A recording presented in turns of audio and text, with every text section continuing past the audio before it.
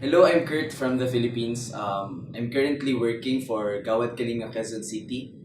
It is a local team of a non-government organization called Gawad Kalinga. It literally means to give care. I currently work under the banner of the youth and volunteer mobilization and special projects like projects for hunger and whatnot. Basically, the organization where I'm involved into is a of all the things that is related to the problem we were trying to address. We are a nation building organization geared towards ending poverty to 5 million Filipino families by 2024. Um, in my years of being in this organization, in my 1 year of being fully committed into this mission by being a full-time worker right after my graduation, I have come to realize, see, and understand the unique approach of Gawad Kalinga to poverty. We do not look at poverty as something related to economic resources. We believe this is not a crisis in economic resources. We look at poverty as a crisis in values. We look at poverty as a crisis of Filipino values. I could still vividly recall one of the major concepts taught to us in elementary is this concept called bayanihan. Bayanihan is a Filipino word used to encapsulate that tradition of Filipinos of coming together as one community to help another member. Um, Bayanihan nowadays is somewhat something that needs to be emphasized again. And it is just so sad that as we continuously educate our younger generations of this very same concept, the problem still exists. The problem of having 21% of your population being still in poverty still exists. That's about 3 million Filipino families living in our country, striving to survive every single day. The problem still exists. And we believe that poverty starts when the culture of caring and sharing ends. And I recall this very special opportunity that I had a dialogue with my friend. He was the breadwinner of his family. And um, right now, he is a social entrepreneurship scholar of our organization. And he shared to me his story. He shared to me his story of survival. He shared to me that one day in his struggle for surviving in his daily life, it came to a point that selling himself was an option. It came to a point that he had to make it an option for him to feed his family. And that got me bothered. That got me very that got me ask that got me to ask myself, how could this person of my same age experience this much? How could a person that I call to as my fellow Filipino, how could this person that I call to as person that I could connect to experience this much at this very young age? It daunted unto me the two faces of Filipino youth. It daunted unto me the two realities of one generation.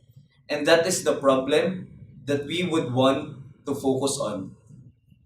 And this program, the YSEALI program, is very much touched that strand in my heart again in solving this disconnect between two social classes.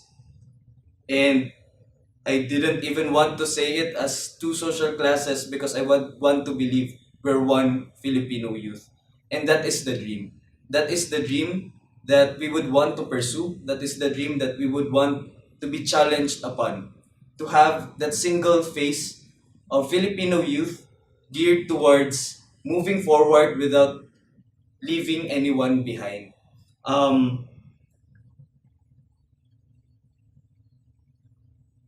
we had this great opportunity by being in this program to be taught of the essential things I need in my project.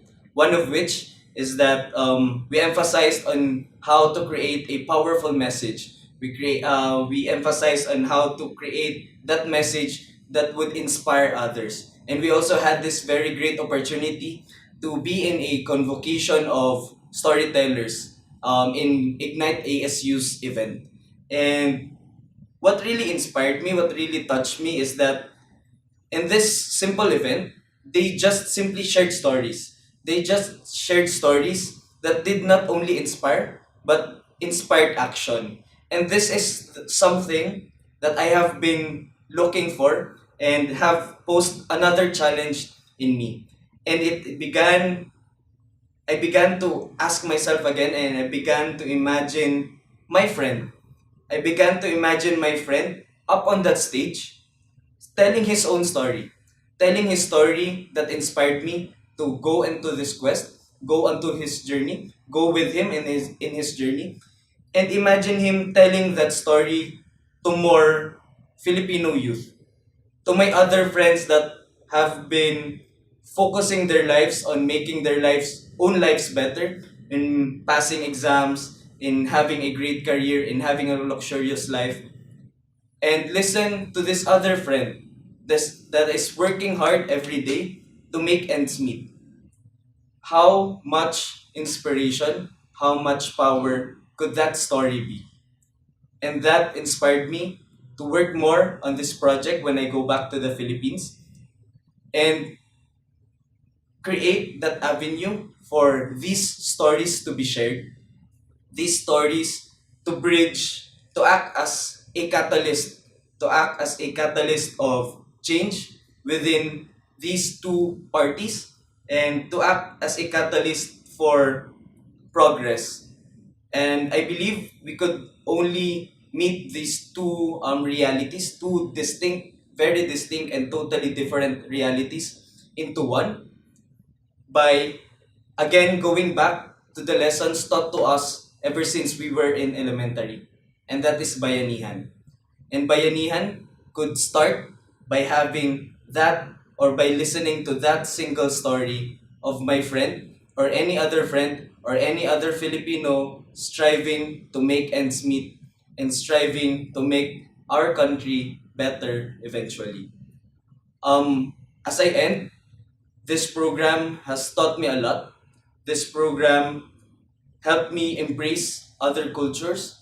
This program nurtured my love for this mission, nurtured my passion in serving the poor, in serving the least lost and the forgotten.